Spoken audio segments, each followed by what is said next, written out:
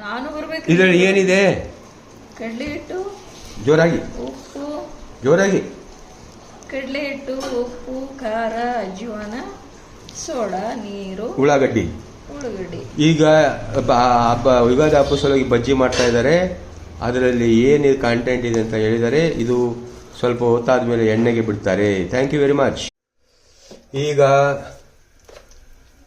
ಬಜ್ಜಿ ಬೋಂಡ ಮಾಡಲು ಹಿಟ್ಟನ್ನು ಕಲಿಸ್ತಾ ಇದ್ದಾರೆ. ಹಿಟ್ಟಲ್ಲಿ ನೀರಿದೆ, ಉಳ್ಳಾಗಡ್ಡಿ ಅಂದರೆ ಈರುಳ್ಳಿ ಇದೆ, ಕೊತ್ತಂಬರಿ ಇದೆ, ಅಜ್ವಾಯಿನ್ ಇದೆ.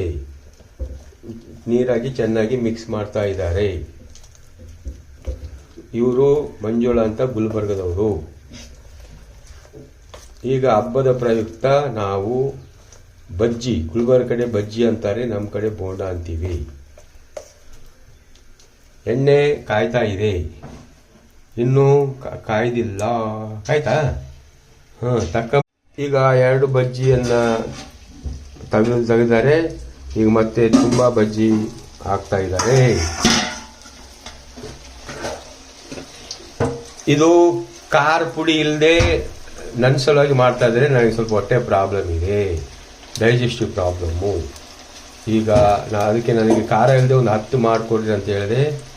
10 ಆಯಿತು ಮಂಜು, 10 ಆಯಿತು, ಸಾಕು. ಇನ್ಮೇಲೆ ಖಾರ ಪುಡಿ ಹಾಕೋ.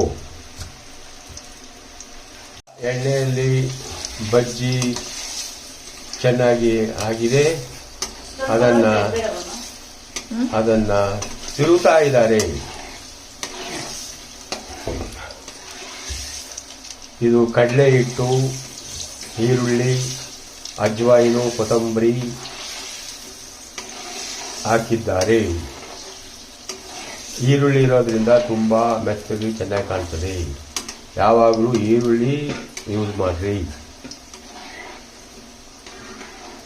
ಮಂಜುಳಾ, ಸುಮ್ಮನೆ ಬಿಟ್ಟು ಬಂದ್ಬಿಡು.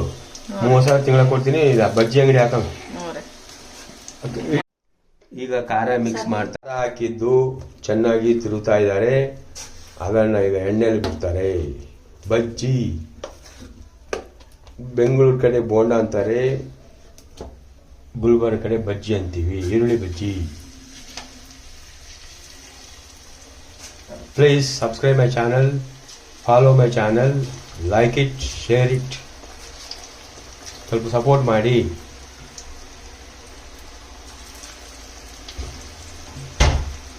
ನಾವು ಒಳ್ಳೆಯ ಉದ್ದೇಶವಾಗಿ ವಿಡಿಯೋ ಮಾಡ್ತೀವಿ, ತಾವು ಸಪೋರ್ಟ್ ಮಾಡಬೇಕು. ಮುಂದೆ ಇದೇ ಥರ ಒಳ್ಳೆ ವಿಡಿಯೋ ಹಾಕ್ತೀವಿ.